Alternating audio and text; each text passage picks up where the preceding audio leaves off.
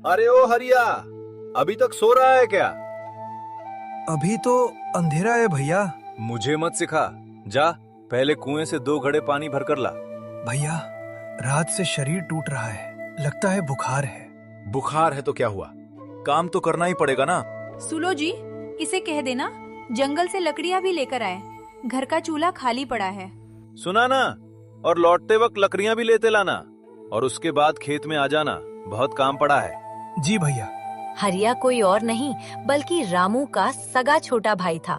चुपचाप उठ गया और घड़ा उठाकर कुएं की ओर चल पड़ा। माँ बाप की मौत के बाद हरिया यही सोचकर अपने बड़े भाई के साथ रहने लगा था कि भाई उसे बेटे की तरह प्यार देगा, लेकिन किस्मत को कुछ और ही मंजूर था। रामू और उसकी पत्नी शांति हरिया को भाई नहीं बल्कि नौकर समझते थे। दिन भर उससे काम करवाते और बदले में उसे केवल ताने, अपमान और सूखी रोटियां मिलती। हरिया 2 घड़े पानी लाने के बाद फिर जंगल जाकर लकड़ियां काटने लगा और लकड़ियों का भारी गट्ठर सिर पर रखकर वो घर लौटा, लेकिन आराम करने का मौका अभी भी नहीं मिला था। अरे वहाँ क्या खड़ा है? पहले गायों को चारा डाल। बेचारा हरिया फिर काम में लग गया। सुबह से दोपहर हो गई, दोपहर से शाम हो गई, लेकिन हरिया के काम खत्म नहीं हुए। कभी खेत में हल चलाना, कभी पशुओं को नहलाना, कभी गोदाम साफ करना। पूरा दिन भागते दौड़ते निकल गया। गांव के कई लोग ये सब देखते थे। उन्हें हरिया पर दया भी आती थी, लेकिन रामू के डर से कोई कुछ बोल नहीं पाता था। शाम ढलने लगी। हरिया की हालत बहुत खराब हो चुकी थी। उसने सुबह से एक दाना तक नहीं खाया था। भूख के कारण उसका पेट दर्द कर रहा था। वो सोच रहा था कि शायद आज उसे भरपेट खाना मिल जाए। यही उम्मीद लेकर वो घर पहुंचा। रामू और शांति के लिए गरम गरम सब्जी, दाल और घी लगी रोटियां बन रही थी। उसे लगा कि शायद आज उसके लिए भी कुछ अच्छा बना होगा, लेकिन अगले ही पल उसकी उम्मीद टूट गई। ले अपना खाना। भाभी, बस यही? हाँ क्यों, तुझे मिठाई चाहिए क्या? नहीं भाभी, मैं तो बस। लगता है महाराजा को शाही दावत चाहिए। भैया, मैंने सुबह से कुछ नहीं खाया। खेत का सारा काम भी मैंने ही किया। तो क्या एहसान कर दिया? नहीं भैया, मेरा वो मतलब नहीं था। ज्यादा जुबान मत चला, जो दिया है चुपचाप खा ले। जी भैया। हरिया चुप हो गया। उसने कुछ नहीं कहा। वो जानता था कि बोलने का मतलब और अपमान सहना है। अगली सुबह फिर वही हुआ जो हर रोज होता था। घर के आंगन से रामू की तेज आवाज गूंज रही थी। कहाँ मर गया था? पहले पशुओं को चारा डाल, फिर खेत में आ जाना। और सुन, घर लौटते समय बाजार से सामान भी ले आना। हरिया बिना कुछ बोले काम में लग गया। सुबह से दोपहर हो गई, दोपहर से शाम होने लगी, लेकिन काम खत्म होने का नाम नहीं ले रहा था। दिन बीतते गए। 1 दिन, 2 दिन, 1 हफ्ता, फिर 1 महीना, लेकिन हरिया की जिंदगी में कुछ नहीं बदला। आजी, सुनते हो? हाँ बोलो। तब तक इस हरिया को घर में रखोगे? क्यों? काम तो अच्छा करता है। काम करता है तो क्या हुआ? मुझे इसका चेहरा देखना भी पसंद नहीं। सुबह उठो तो सामने यही, शाम को आओ तो यही। मेरा मन करता है इसे हमेशा के लिए घर से निकाल दो। निकाल दूं? हाँ, एक बार घर से चला जाएगा तो फिर वापस नहीं आएगा। हरिया उसी समय घर के बाहर बैठा था। उन दोनों की सारी बातें उसके कानों में पड़ रही थी। उसका दिल टूट गया। जिस घर को वो अपना समझता था, वहाँ लोग उसे बोझ समझते थे। उसकी आंखें भर आईं, लेकिन हमेशा की तरह उसने कुछ नहीं कहा। चुपचाप सिर झुकाकर बैठा रहा। क्या मैं सच में इस घर पर बोझ हूँ? क्या भाभी सही कहती हैं? क्या मुझे यहाँ से चले जाना चाहिए? अगले दिन रामू ने फिर उसे जंगल से लकड़ियां लाने भेज दिया। दोपहर का समय था। जंगल बिल्कुल शांत था। हरिया लकड़ियां काट रहा था, लेकिन उसका मन काम में नहीं लग रहा था। इन्हीं विचारों में खोया हुआ हरिया जंगल के अंदर थोड़ा और आगे बढ़ गया। वहाँ एक बहुत पुराना बरगद का पेड़ था। गांव वाले कहते थे कि उस पेड़ के नीचे बैठकर कई लोगों ने अपनी जिंदगी के बड़े फैसले लिए थे। हरिया थक चुका था। वो उसी पेड़ के नीचे बैठ गया। वहाँ उसे दूर दूर तक कोई दिखाई नहीं दे रहा था, लेकिन तभी उसे किसी की आवाज सुनाई दी। हरिया, हरिया चौंक कर खड़ा हो गया। उसने चारों ओर देखा, लेकिन वहां कोई नहीं था। फिर वही आवाज दोबारा सुनाई दी। जिस घर में तेरा सम्मान नहीं, जिस घर में तेरी मेहनत की कोई कीमत नहीं, जहां तेरे आंसुओं की कोई परवाह नहीं, उस घर को छोड़ दे, अपनी राह चुन, तेरी मंजिल कहीं और है। हरिया का दिल तेजी से धड़कने लगा। वो समझ नहीं पा रहा था कि ये आवाज कहाँ से आ रही है, लेकिन वहां कोई नहीं था। कौन हो तुम? सामने क्यों नहीं आते? लेकिन इस बार कोई जवाब नहीं मिला, सिर्फ हवा की आवाज सुनाई दी। कुछ देर बाद जंगल फिर पहले जैसा शांत हो गया, मानो कुछ हुआ ही ना हो। हरिया लंबे समय तक वही खड़ा रहा। उसके मन में हजारों सवाल घूम रहे थे। क्या ये उसका भ्रम था? क्या किसी ने उससे मजाक किया? लेकिन एक बात उसके मन में बार बार गूंज रही थी। क्या सच में मुझे ये घर छोड़ देना चाहिए? लेकिन जाऊंगा कहाँ? इस दुनिया में मेरा है ही कौन? हरिया ने लकड़ियों का गट्ठर उठाया और धीरे धीरे घर की ओर चल पड़ा। जैसे ही वो आंगन में पहुंचा, शांति का गुस्से से भरा चेहरा सामने आ गया। इतनी देर कहाँ लगा दी? भाभी, जंगल थोड़ा दूर चला गया था। बहाने मत बना। कामचोर कहीं का। भैया, मैं सुबह से काम ही तो कर रहा हूँ। काम करता है तो क्या एहसान करता है? भाभी, मैं तो सुबह से रात तक काम करता हूँ। बहुत सिर चढ़ गया है इसे। सुन ले हरिया, तू इस घर पर बोझ है। खाता यहाँ का है और बदले में कुछ नहीं करता। अगर रहना है तो चुपचाप रह, नहीं तो जहाँ जाना है चला जा। भैया, क्या सच में मैं इस घर पर बोझ हूँ? जुबान गराता है। अगर मुझे पूछो तो इसे अभी इसी वक्त घर से निकाल दो। ये सुनकर हरिया का दिल टूट गया। आज पहली बार उसे महसूस हुआ कि वो सचमुच इस घर में अनजान है। ठीक है भैया, आज के बाद आपको मेरी वजह से कोई परेशानी नहीं होगी। रामू और शांति को लगा कि हरिया डर गया है, लेकिन वे नहीं जानते थे कि हरिया अपने जीवन का सबसे बड़ा फैसला लेने जा रहा है। उस रात जब पूरा घर सो गया, हरिया चुपचाप उठा। उसने अपनी पुरानी झोला उठाई और बिना किसी को जगाए घर से बाहर निकल गया। आसमान में तारे चमक रहे थे। गांव की गलियां सुनसान थीं। हरिया आखिरी बार मुड़कर अपने घर को देखने लगा। वही घर जहां उसने अपना बचपन बिताया था, वही घर जहां उसे कभी प्यार नहीं मिला। उसकी आंखें नम हो गईं, लेकिन उसने खुद को संभाला और आगे बढ़ गया। हरिया चलता रहा। रात बीत गई, सुबह हो गई। उसे खुद नहीं पता था कि वो कहाँ जा रहा है। उसके पास न पैसा था, न कोई रिश्तेदार। फिर भी वो चलता रहा। कुछ घंटों बाद वो एक दूसरे गांव में पहुंच गया। ये गांव उसके गांव से कहीं बड़ा था। यहाँ बड़े बड़े मकान थे, हरे भरे खेत थे। इसी गांव के किनारे एक बहुत बड़ी हवेली थी। हवेली के सामने 10 से भी ज्यादा गायें बंधी हुई थीं। दूर दूर तक फैले खेत दिखाई दे रहे थे। ये हवेली गांव के सबसे बड़े धनसेठ की थी। उनका नाम था गोविंद सेठ। गोविंद सेठ के पास धन दौलत की कोई कमी नहीं थी। सैकड़ों बीघा जमीन, ढेर सारे पशु, अनाज से भरे गोदाम। लेकिन उनके जीवन में एक कमी थी। उनकी कोई संतान नहीं थी, खासकर कोई बेटा नहीं था जो उनके बाद सब संभाल सके। उसी समय उनकी नजर थके हुए हरिया पर पड़ी। बेटा, कौन हो तुम? मेरा नाम हरिया है सेठ जी। कहाँ से आए हो? पास के गांव से। क्या काम करते हो? जो काम दे दे वही कर लेता हूँ। खेत का काम, पशुओं की देखभाल, घर का काम। अगर मैं तुम्हें काम दूं तो करोगे? जी सेठ जी। मेरे पास 10 गायें हैं, बहुत सारे खेत हैं, सबकी देखभाल करनी होगी। मेहनत का काम है। मुझे मेहनत से डर नहीं लगता सेठ जी। ठीक है, मैं तुम्हें 3000 रुपए महीने दूंगा। रहने और खाने की व्यवस्था भी यही होगी। मंजूर है? हरिया को अपने कानों पर विश्वास नहीं हुआ। जिसे अपने घर में 2 वक्त की रोटी तक नहीं मिलती थी, आज उसे सम्मान के साथ काम और रहने की जगह मिल रही थी। हाँ सेठ जी, मुझे मंजूर है। मैं पूरी ईमानदारी से काम करूंगा। फिर क्या था, हरिया खुशी पूर्वक काम में लग गए। गोविंद सेठ की हवेली में आए हुए हरिया को कई महीने बीत चुके थे। इन महीनों में उसकी जिंदगी पूरी तरह बदल गई थी। यहाँ कोई उसे डांटता नहीं था, कोई उसे अपमानित नहीं करता था। हरिया भी पूरे मन से अपना काम करता था। सुबह सूरज निकलने से पहले उठ जाता, गायों को चारा खिलाता उनके बाड़े की सफाई करता, गोबर उठाता, गायों को नहलाता, फिर खेतों से हरा चारा काट कर लाता। शाम को फिर पशुओं की देखभाल करता। दिन भर मेहनत करने के बाद भी उसके चेहरे पर शिकायत नहीं होती थी। हरिया भाई, तुम इतना काम करके भी कभी थकते नहीं हो क्या? काम से कोई छोटा बड़ा नहीं होता भाई। हरिया की यही बात गोविंद सेठ को सबसे ज्यादा पसंद थी।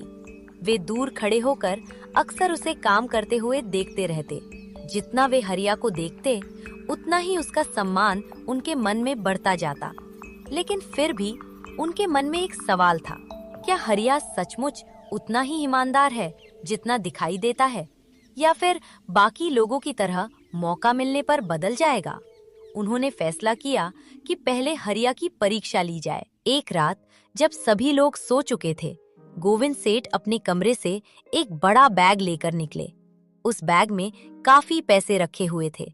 उन्होंने चुपचाप जाकर वो बैग हरिया के कमरे में रख दिया। बैग ऐसी जगह रखा गया था जहां सुबह उठते ही हरिया की नजर उस पर पड़ जाए। फिर सेठ अपने कमरे में लौट आए। कल ही पता चल जाएगा कि हरिया कैसा इंसान है। अगली सुबह हरिया रोज की तरह जल्दी उठ गया। जैसे ही उसने कमरे का दरवाजा खोला, उसकी नजर उस बैग पर पड़ी। अरे, ये बैग यहाँ कैसे आया? उसने बैग खोला। अंदर बहुत सारे रुपए थे। इतने पैसे उसने अपनी जिंदगी में कभी एक साथ नहीं देखे थे। ये मेरा नहीं है, जरूर किसी का खो गया होगा। कुछ देर के लिए वो हैरान रह गया। हरिया बिना 1 रुपया निकाले सीधे गोविंद सेठ के कमरे में पहुंचा। सेठ जी, ये बैग मेरे कमरे में मिला है। शायद किसी का गिर गया होगा। अच्छा, तुमने देखा इसमें क्या है? जी, पैसे हैं। और तुम्हारा मन नहीं किया कि कुछ पैसे अपने पास रख लो? सेठ जी, जो चीज मेरी नहीं है उस पर मेरा हक भी नहीं है। ये सुनकर गोविंद सेठ की आंखें भर आईं। उन्हें वही जवाब मिला था जिसकी उन्हें वर्षों से तलाश थी। हरिया बेटा, आज तुमने मेरा दिल जीत लिया। सच कहूं तो ये बैग मैंने ही रखा था। मैं तुम्हारी ईमानदारी पर रखना चाहता था और तुम उस परीक्षा में सफल हो गए। हरिया स्तब्ध रह गया। उसे विश्वास ही नहीं हुआ कि सेठ जी उस पर इतना भरोसा करते हैं। सेठ जी, मैंने तो बस अपना फर्ज निभाया। आज से मेरी सारी खेती, पशुओं का हिसाब किताब और कारोबार की जिम्मेदारी तुम्हारी होगी। लेकिन सेठ जी, मैं तो एक साधारण मजदूर हूँ। नहीं बेटा, साधारण मजदूर नहीं, तुम ईमानदार इंसान हो और ईमानदार इंसान सबसे बड़ा धन होता है। उस दिन के बाद हरिया की जिंदगी में एक और बड़ा बदलाव आया। अब वो पहले की तरह गोबर नहीं उठाता था, ना ही खुद खेतों से चारा काट कर लाता था। उसका काम अब सब कुछ संभालना था। मजदूरों को काम बांटना, खेतों की देखरेख करना, पशुओं का हिसाब रखना, अनाज की बिक्री का रिकॉर्ड देखना और पूरे फार्म का प्रबंधन करना। यानी अब हरिया एक मैनेजर की तरह काम करने लगा था।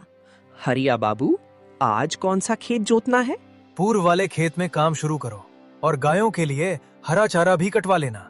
धीरे धीरे पूरा काम पहले से बेहतर चलने लगा। गोविंद सेठ भी बहुत खुश रहने लगे। उन्हें लगने लगा कि उनका वर्षों पुराना सपना पूरा हो गया है। हरिया बेटा, आज खेतों का काम कैसा रहा? बहुत अच्छा सेठ जी, इस बार फसल पहले से ज्यादा अच्छी होगी। मुझे तुम पर पूरा भरोसा है। और मुझे आपका आशीर्वाद मिला है सेठ जी। समय धीरे धीरे बीतने लगा। एक रात गोविंद सेठ को अचानक तेज बुखार आ गया। शुरुआत में सबको लगा कि सामान्य बुखार है, लेकिन अगले दिन उनकी हालत और बिगड़ गई। उन्हें उठने बैठने में भी परेशानी होने लगी। सेठ जी को पूरी तरह आराम की जरूरत है, इनका खास ध्यान रखना होगा। डॉक्टर की बात सुनकर हरिया चिंतित हो गया। उसने उसी दिन फैसला कर लिया कि अब वो हर समय सेठ जी के पास रहेगा। दिन हो या रात, हरिया उनकी सेवा में लगा रहता। सेठ जी, दवा का समय हो गया है। बेटा, तुम भी थोड़ा आराम कर लो। पहले आप ठीक हो जाइए, मेरे आराम की चिंता मत कीजिए। कई रातों तक हरिया ठीक से सोया भी नहीं। कभी वो पानी लाता, कभी दवा देता, कभी डॉक्टर को बुलाने दौड़ पड़ता, कभी पूरी रात उनके सिरहाने बैठा रहता। एक आधी रात के समय गोविंद सेठ की आंख खुली। उन्होंने देखा कि हरिया कुर्सी पर बैठे बैठे ही सो गया है। ये देखकर गोविंद सेठ की आंखें नम हो गईं। हे भगवान, अगर मेरा अपना बेटा होता तो शायद वो भी इतना ख्याल न रखता। हरिया बेटा। जी सेठ जी। दिन बीतते गए। हरिया की सेवा और डॉक्टर की दवाइयों का असर होने लगा। धीरे धीरे गोविंद सेठ की तबीयत सुधरने लगी और कुछ ही सप्ताह बाद वे लगभग पूरी तरह स्वस्थ हो गए। पूरी हवेली में खुशी का माहौल था, लेकिन सबसे ज्यादा खुश गोविंद सेठ थे, क्योंकि बीमारी के दौरान उन्हें एक बात थी, हरिया उनके लिए सिर्फ एक कर्मचारी नहीं था, वो उनके लिए बेटे से बढ़कर था। कुछ दिनों बाद गोविंद सेठ शहर के वकील, गांव वाले और सभी प्रमुख मुनीर को अपने हवेली बुलाए। फिर कई घंटे तक जरूरी कागजात तैयार किए गए। हरिया को समझ नहीं आ रहा था कि आखिर क्या होने वाला है। गोविंद सेठ खड़े हुए। आप सब जानते हैं कि मेरी कोई संतान नहीं है, लेकिन भगवान ने मुझे एक ऐसा इंसान दिया है जिसने हर सुख दुख में मेरा साथ निभाया, जिसने कभी लालच नहीं किया, जिसने मुझे अपने पिता जैसा सम्मान दिया। इसलिए आज से मेरी आधी संपत्ति, आधी जमीन और आधा कारोबार हरिया के नाम किया जाता है। सेठ जी, ये आप क्या कह रहे हैं? वही जो मेरे दिल की आवाज है। ये सुनते ही पूरे लोग सन्न रह गया। कुछ लोगों को अपने कानों पर विश्वास नहीं हुआ। हरिया की आंखों से आंसू निकल पड़े, जिसे कभी अपने घर में 2 सूखी रोटियों के लिए तरसना पड़ता था। आज वही इंसान एक बड़े धनसेठ की आधी संपत्ति का मालिक बन चुका था। आधी संपत्ति मिलने के बाद भी हरिया बिल्कुल नहीं बदला। न उसके व्यवहार में घमंड आया, न उसकी बोली बदली। एक दिन शाम को हरिया हवेली के आंगन में बैठा हुआ था। अचानक उसे अपना पुराना गांव याद आने लगा, जहां उसने अपमान सहते हुए कई साल बिताए थे। कुछ देर सोचने के बाद वो गोविंद सेठ के पास गया। सेठ जी, एक बात कहनी थी।